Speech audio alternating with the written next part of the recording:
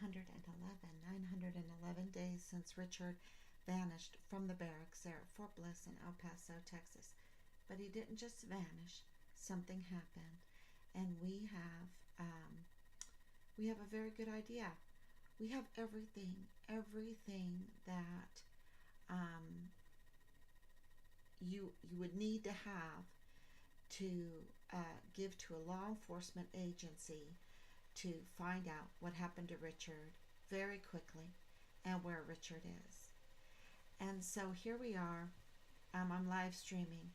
I hope this is going out to everybody. Um, and trying to keep Richard's case alive because the U.S. Army, even though we have everything, um, they have decided that they want to put Richard in cold case. So in just a few minutes, I can't be too long, I will make a live stream on TikTok for the first time. I hope you join me. And we're just trying to reach out and let people know what is going on, because the only reason why the U.S. Army would do such a horrible, cold-blooded thing as put Richard in cold case there in Quantico under under Director Ford, instead of looking for him and investigating the major 5 points that I'll bring up today. Well, I'll start with 5 points.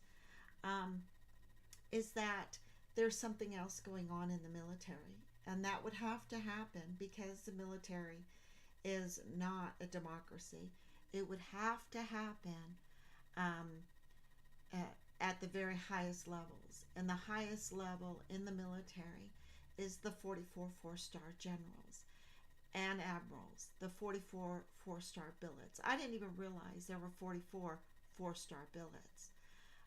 That's a lot. That's a whole lot. During World War II, with millions of service members, we had 7 four-star billets. So something has been going on for decades that has corrupted our military, that has hijacked our military. And with all of the things going on today, and with all of the proofs, the facts, in this case, we absolutely know, and in the military, all the other cases that we have studied, we absolutely have come to the conclusion that the 44 four-star generals and admirals, the characters that are filling these billets, these 44 four-star billets, are not good characters. They do not have the interest of the defense of the Constitution as their priority at all. It's not even on their books. It's not even in their plans, their op-ords. It's nowhere. And so that means that our 44 four-star generals and admirals are serving foreign and domestic enemies.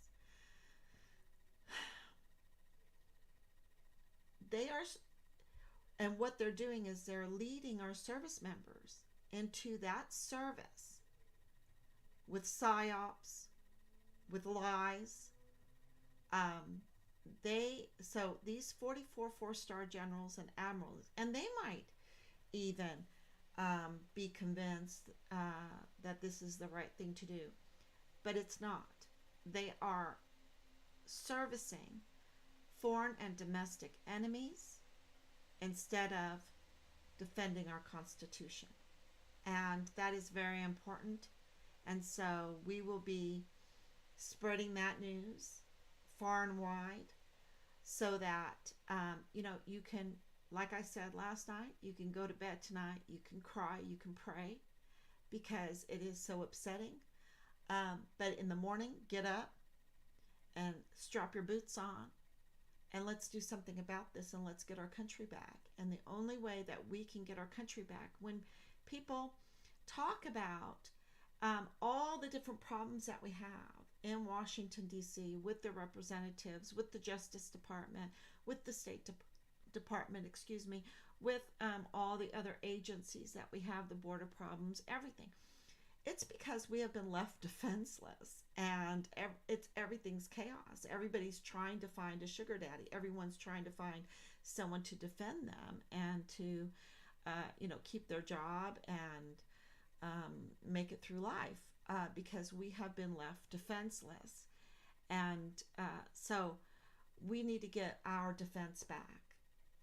So we need a good investigation of what's going on, especially of these 44 four-star characters that are wearing our beautiful uniforms with the 4 stars on it. And this is super, super important to understand, because these are the most powerful people. Why am I saying this? Because they have the power of our entire military at their fingertips. We have given them everything. We have given them funds. This is $1 trillion military. We have given them our prayers, our support. So from our hearts and our minds to even think that, I need to go on, that this is what it is. It's very hard for us, but we have to face reality. And then I hope you join me now on TikTok. Thank you, everyone. And I'll see you tonight live on Facebook.